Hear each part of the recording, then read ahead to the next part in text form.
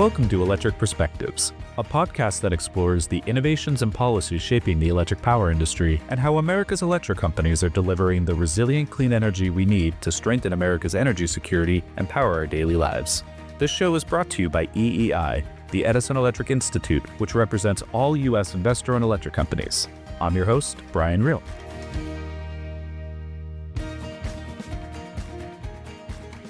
EEI 2025, hosted earlier this summer in New Orleans, explored how electric companies are strengthening energy security while working to keep customer bills as low as possible. This is part 3 of our EEI 2025 highlight series, and today you'll hear from experts who participated in panels about energy affordability, innovative ways that companies are utilizing drones, advanced nuclear, and grid resilience. Let's get started.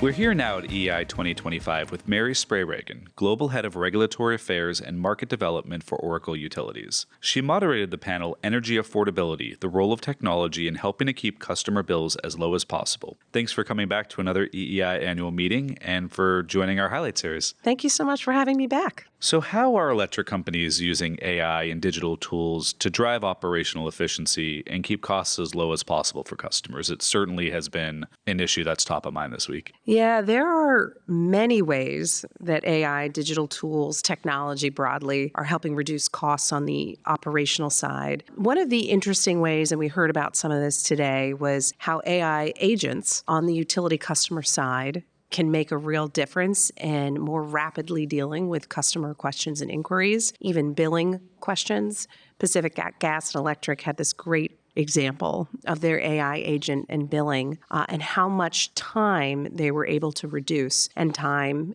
for utilities and for most of us is money. So there's a lot in terms of operational efficiency. One of the ways I like to think about operational efficiency is utilities and least cost solutions. So when you are looking at a need, for example, to meet demand and build new infrastructure to meet that demand, substations, poles, wires, the traditional ways that we meet demand, that comes at a cost to consumers. And digital tools, AI, software, those provide an opportunity for a lower cost solution in many cases to either delay or avoid the need to invest in that physical infrastructure. And one of the tools we talked about today was distributed energy resource management systems that can more effectively and efficiently integrate intermittent generation resources distributed along the grid. That's an example of software providing a solution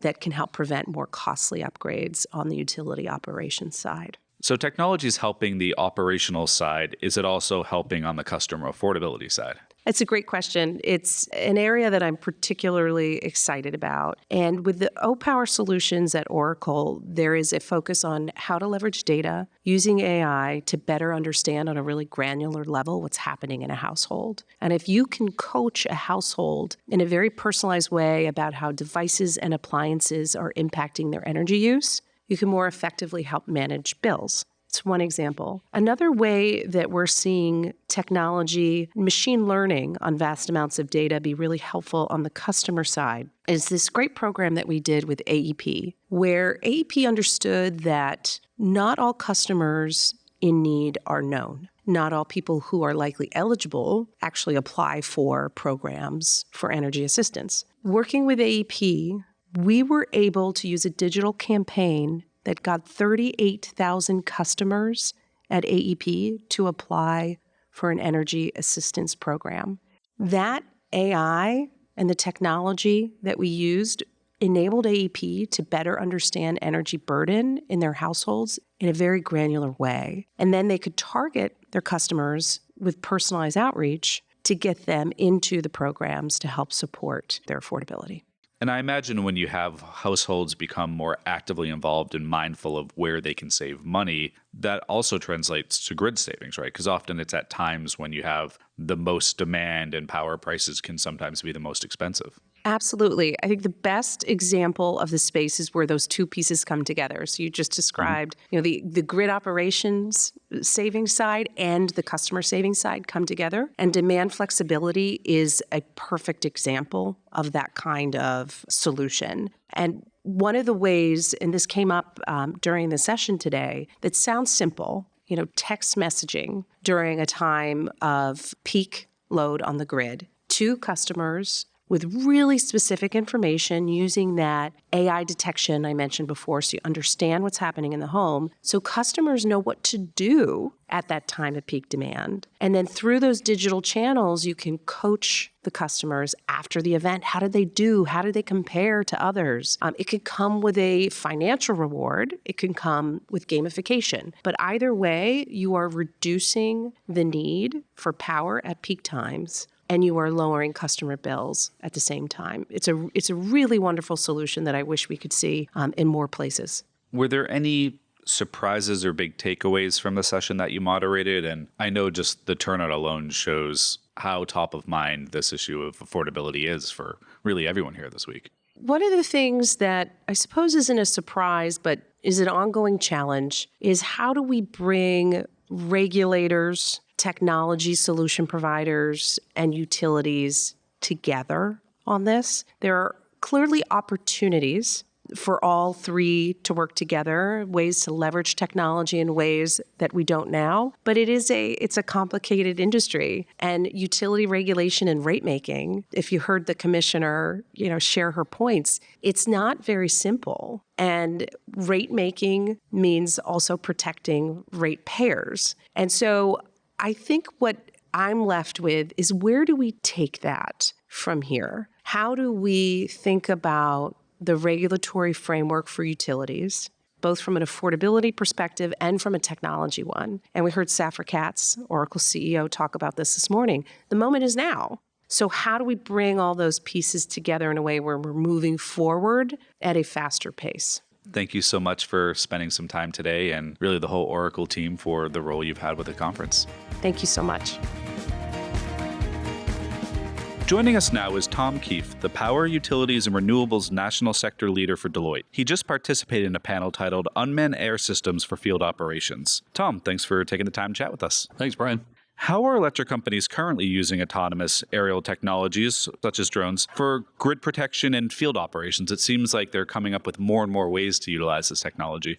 Yeah, it's definitely an emerging area. Electric companies are increasingly deploying drones in grid protection and field operations. Utilizing drones offers significant benefits, including enhanced operational safety and efficiency, reduced costs, better data collection, and faster, more proactive emergency response times. In summary, drones can strengthen the grid, making it more resilient while improving efficiency, safety, and overall economics. Drones equipped with technologies such as thermal imaging and LiDAR can collect highly detailed, accurate data, and their ability to reach challenging terrains greatly speeds up both routine operations and disaster response efforts while minimizing safety risks for field crews. So what are some of the other use cases for drones, and how are they enhancing electric company operations? There's many use cases, but some of the main ones are asset management, emergency prep and response, siting for new infrastructure. And so let me talk about each one of these in a little bit more detail, because there's so many uses, and each one of these are very beneficial. First of all, asset management. Drones can quickly identify equipment faults for timely repair and proactive maintenance through routine inspections. They can cover wide range of asset types such as T&D infrastructure, turbines, solar panels, and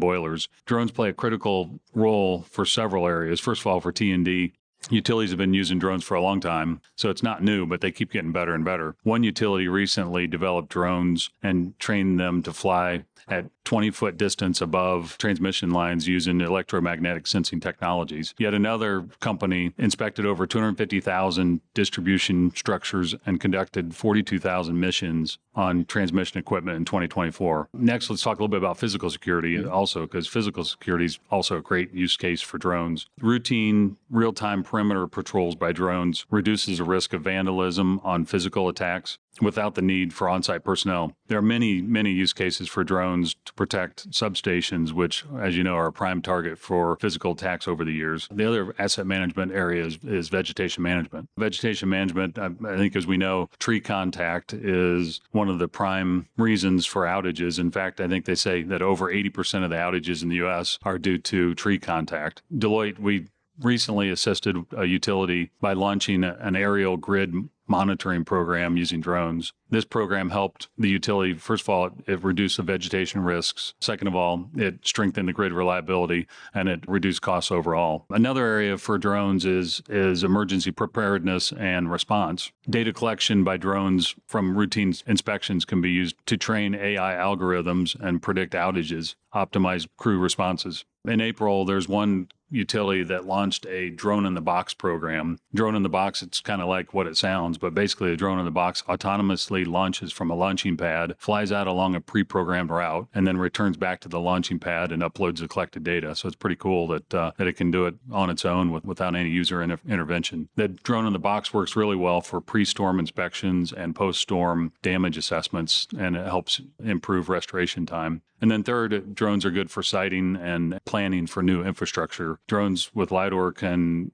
effectively and safely survey collected data of potential sites and then inform the site selections, greatly reducing the time for development. And the Deloitte team certainly does a lot of work on the AI front as well. Are there applications right now that companies are utilizing AI to enhance the work that they're doing with drones? Throw a lot of examples out here, different utilities, but another example, a utility out west deploys drones to inspect over 400,000 pieces of power equipment annually, targeting areas with high wildfire risks. Computer vision enabled by AI and machine learning identifies deterioration and heat anomalies and electrical components from drone collected data. By doing this, it provided greater autonomy. AI enables drones to operate autonomously from launch to landing, like the drone in the box that I just talked about. And a great example of pilot-free solutions that utilities are expanding for routine inspections. Computer vision enables drones to also detect anomalies such as heat and vegetation encroachments and upload real-time data during flight. The models also continue to improve inspection and data accuracy.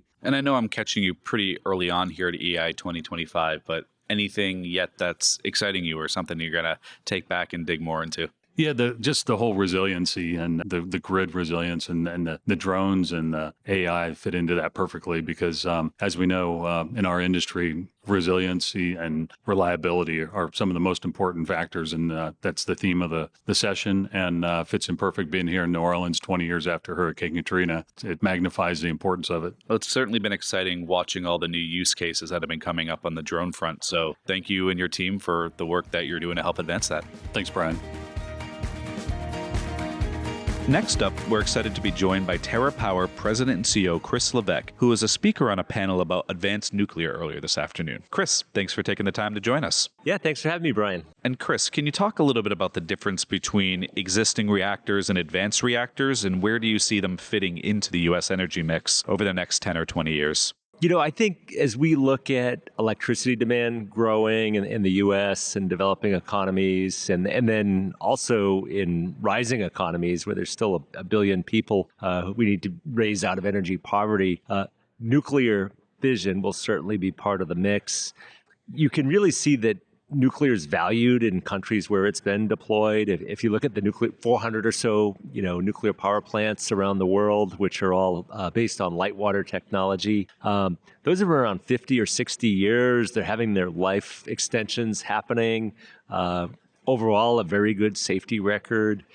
Folks really value nuclear power plants that have already been built. All right. But what you see is a lot of challenges with getting new plants started, right? We've seen this in the U.S. and Europe where there's very few new build starts. And for those projects that have started, they've had budget issues, schedule issues, which kind of raised even more concerns about starting new projects. So there's all this great excitement about nuclear. Nuclear is very valued. We know it's great to have 20 to 30% nuclear on a grid, but we do need to address the certainty. I think safety is always a case in the nuclear industry. I think we have a great safety record, and advanced reactors will be even safer. But one thing we've tried to do at TerraPower is address this certainty issue by moving to a new technology. I happen to work for Bill Gates, and, his answer to most world problems is technology. And if you look at nuclear, we haven't really leveraged new technology in a long time. We're still leaning on 50 or 60-year-old light water technology. And so when he created TerraPower 18 years ago, and I've been with TerraPower now for 10 years, we've really realized that part of the problem here is solving these questions about certainty and budget and schedule for nuclear.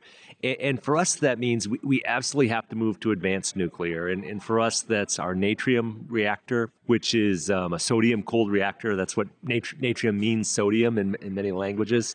The natrium reactor is going to be much cheaper than today's reactors because it's a low-pressure plant. It's also going to be a plant that can load follow, which means it can work really well in tandem with wind and solar. I think you're going to see several of these advanced technologies come forward. We're kind of the lead in the U.S. with we were the first ones to apply for a construction license with the NRC. And of course, we have to do that one first, but we plan to make like 10 per year globally before the 2030s are over. And a big piece of that, I imagine, is ensuring you have the workforce in place. So, of course, for building and operating these new facilities, but I imagine there's a lot of new supply chains that are getting stood up. So what does that future workforce look like, and what are you doing today to help build that pipeline? Yeah, that's a great point. Because the U.S. and Europe have been building many new nuclear plants, we really have a somewhat dormant supply chain.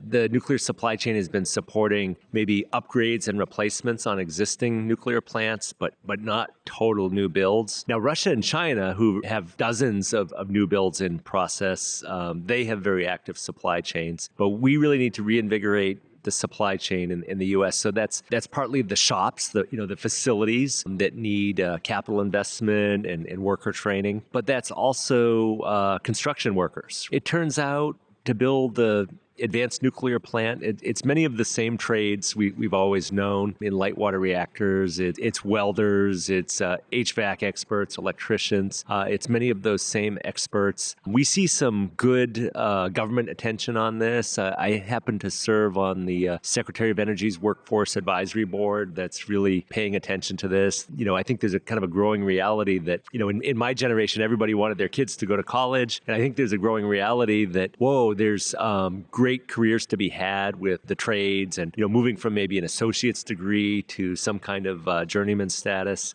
We really need to emphasize that as really as a national security imperative. People sometimes joke that there's a race to be second in this industry once somebody has demonstrated successfully a new technology or new process. I imagine it's a little nerve-wracking to be the first, but it also must be really exciting. Oh, totally. That's where you build your credibility. A lot of folks who want to build, like you say, the sixth or seventh reactor, but the first or second will inevitably have higher costs, like non-recurring costs, like the NRC license and the design. And then you're also going to have that learning curve because we haven't been building a lot of these things in the U.S. So that's going to require the first ones to have some extra investment. And in our case, that investment is being covered by TerraPower's investors, people like Bill Gates and our Korean investors. But also we have a $2 billion grant from the U.S. Department of Energy, which is very important. And I think, again, we're competing with Russia and China. Those nations have significant government support. So if you think about,